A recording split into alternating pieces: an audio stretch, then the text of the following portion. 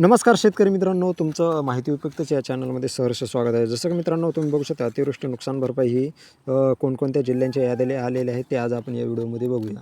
तर कोणकोणते जिल्हे त्यासाठी पात्र आहेत, म्हणजे अनुदान, अतिवृष्टी अनुदान जे भरपाई जी मिळणार आहे सर्व शेतकऱ्यांना ₹13,600 प्रति हेक्टर, पण ही मदत शासनाने जाहीर केलेली आहे आणि त्याचा 10 डिसेंबर रोजीच म्हणजे त्याचा एक GR निर्गमित झालेला होता. पण आतापर्यंत भरपूर जिल्ह्यांच्या याद्या तयार व्हायला टाईम लागत आहे आणि याद्या तयार कोणकोणत्या जिल्ह्यांच्या झालेल्या ते आपण या व्हिडिओमध्ये बघूया आणि तुम्हाला कोणतं काम करावं लागेल ते देखील बघूया. चला तर मग बघूया.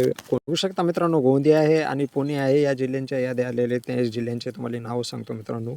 नाशिक आहे, धुळे आहे, नंदुरबार आहे, जळगाव आहे, अहमदनगर आहे आणि दुसरं अहमदनगर कारण की त्याचा GR नुसार म्हणजे की प्रस्तावाचा दिनांक वेगळा आहे, जुलै 2024 आणि जून 2024, त्याच्यामुळे दोन ठिकाणी अहमदनगरचं नाव आलेलं आहे. ठाणे आहे, रायगड आहे, रत्नागिरी आहे आणि सिंधुदुर्ग आहे. तर चला मग पुढचे बघूया.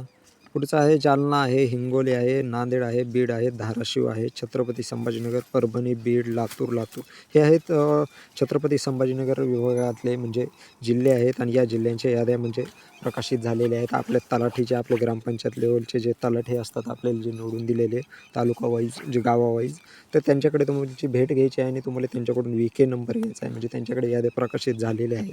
तर बघूयात मित्रांनो पुढचे देखील जिल्हे आहेत काही ते बघूया. जसं बघू शकता मित्रांनो, नागपूर आहे, वर्धा आहे, गोंदिया आहे, भंडारा आहे, वर्धा आहे, गडचिरोली, नागपूर, चंद्रपूर, वर्धा.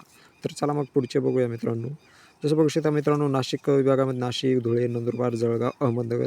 तर पुणे विभागामध्ये सातारा आहे, सोलापूर आहे आणि सांगली आहे. तर मित्रांनो तुम्हाला काय करायचं आहे, तुम्हाला आपलं तलाठी यांच्याकडून KYC करायची आहे. त्यांच्याकडून एक VK नंबर घ्यायचा, तो VK नंबर जनरेट होतो. VK नंबर घेऊन तुम्हाला KYC करायची. KYC केल्यानंतर 8 ते 15 दिवसामध्ये तुम्हाला ₹13,600 प्रति हेक्टरने 3 हेक्टरच्या मर्यादेत पैसे मिळणार आहे.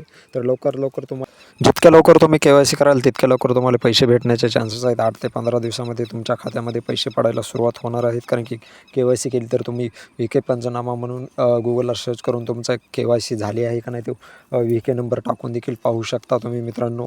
आणि तुम्हाला जर मित्रांनो व्हिडिओ जर आवडला असेल, व्हिडिओला लाईक करा, चॅनलला सबस्क्राईब करायला विसरू नका. अशाच आम्ही नवनवीन योजनाविषयी व्हिडिओ आणतो.